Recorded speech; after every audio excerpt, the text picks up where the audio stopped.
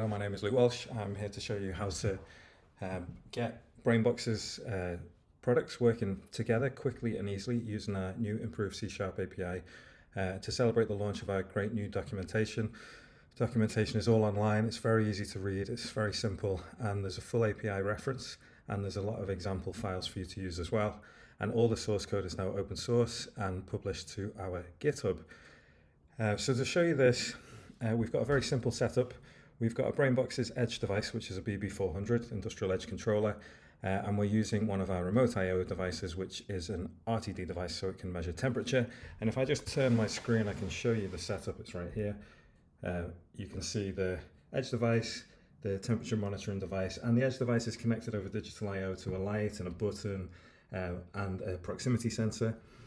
And so this simple application we can put together by quickly studying the documentation, and in fact it's so easy to use that an AI can now also put it together by studying the documentation, and you can get your way 80% of your way to a working app within 10 minutes, and that's what I'm going to show you right now. So first of all, we need to start with the prompt, and I've got a prompt right here. And it's basically describing the system I just showed you. So I'm telling our AI system, this is VS Code, which is an open source software tool. I'm using one of the many AIs available today. This is February the 12th, 2026.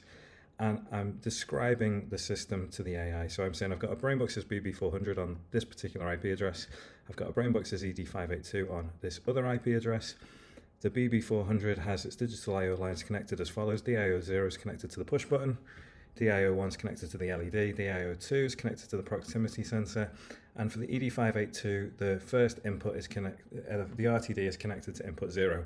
And I'm asking it to write a simple web application using the Brainboxes.io.net API, which is new and improved and released this month, to monitor the temperature and sensors and control the LED light. When the push button is pressed, toggle the light on. The web app should have a light, a counter, and a temperature gauge. Allow it to tolerate the Brainboxes devices being on or offline, because sometimes networks are flaky. And here is some helpful documentation for the AI to read, and I'm pointing it to the Brainboxes documentation site and specifically to the .NET API. And I'm going to put the AI into planning mode, and let's see what it does. So the time right now is 16:33, and for a few minutes it will spend thinking over these plans. And it's saying I'll start by exploring the current project directory. So you can see right now there's nothing in this folder. And then it will start to read the online documentation. So it's gone to the place I directed it, the web documentation, and it will start reading it. And it's saying, okay, there's top level information there, and I can see there are these other articles. So the AI is reading through these articles that we've put on the website that clearly describe how to use the .NET API and what devices work with it and how to do a lot of the jobs we just asked it to do.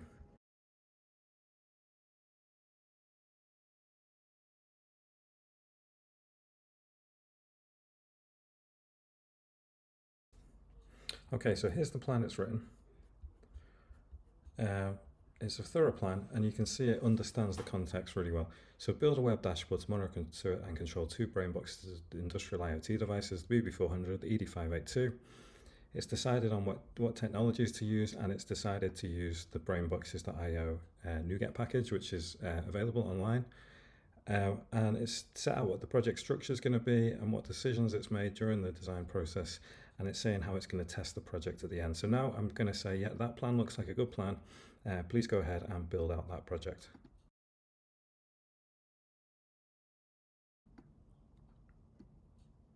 Here you can see it's invoking the .NET API Brainboxes IO directly, and it has the ability to connect to and monitor the state of our devices very simply. You can see there's potentially an error there. We'll deal with that in a bit.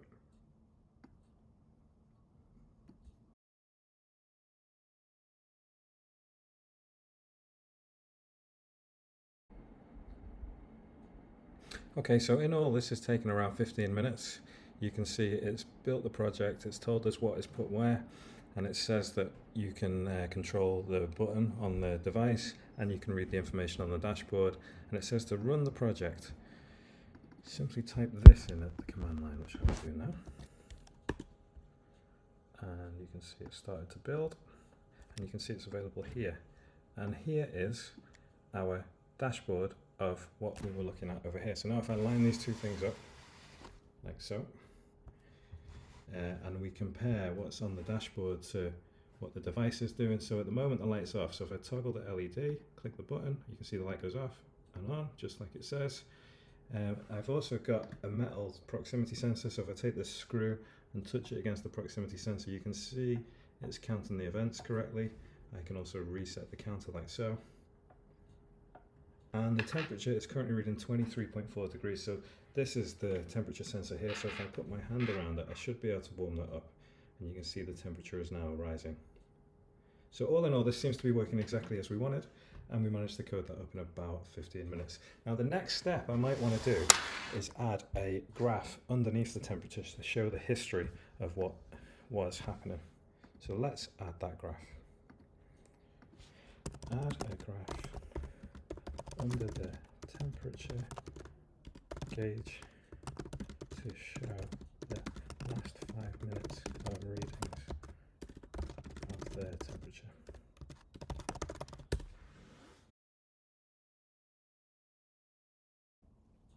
Okay, so it says it's done that now, so I will rerun the project.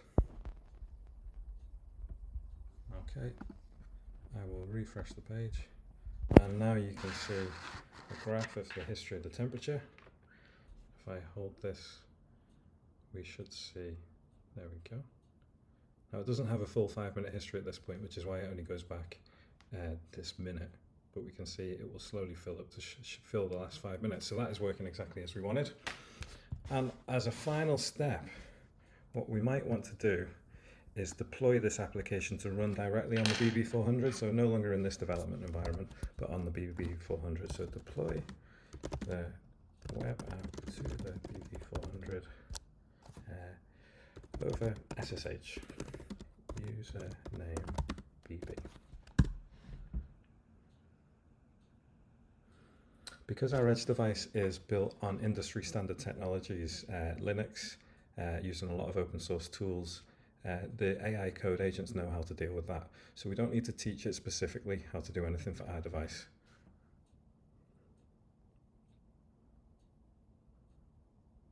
Okay, so it's asking me, how do I want to connect? Do I want to connect with a password, or do I want to connect using a key? And I think the safest and most secure way to connect is using a key, so I'm going to tell it that way.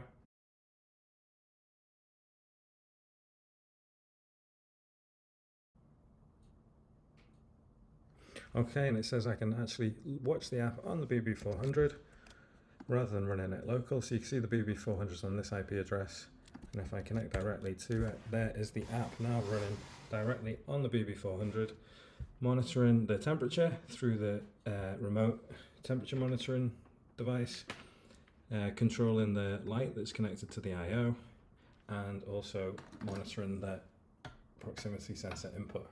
So that's a very quick and convenient way to a prototype, which as a system integrator or software developer, you can show to your team. You can use it as a tool to understand the needs and requirements of your team. And then you can go into more detail later and add proper testing to the environment. You can tailor it further, and you can just get something up and running quickly without having to go through all the documentation yourself. You can let the tools read the documentation. And then when you need something more specific later, you can go back to the documentation, which is all available and online, all at docs.brainboxes.com. And you can read through all the details to optimize the app to exactly what you need. And if you wish, the software is all open source. You can go to our GitHub repository, you can compile it and run it for yourself, and if you spot any improvements, we'd love to hear from you. Thanks very much. I hope you enjoyed this today.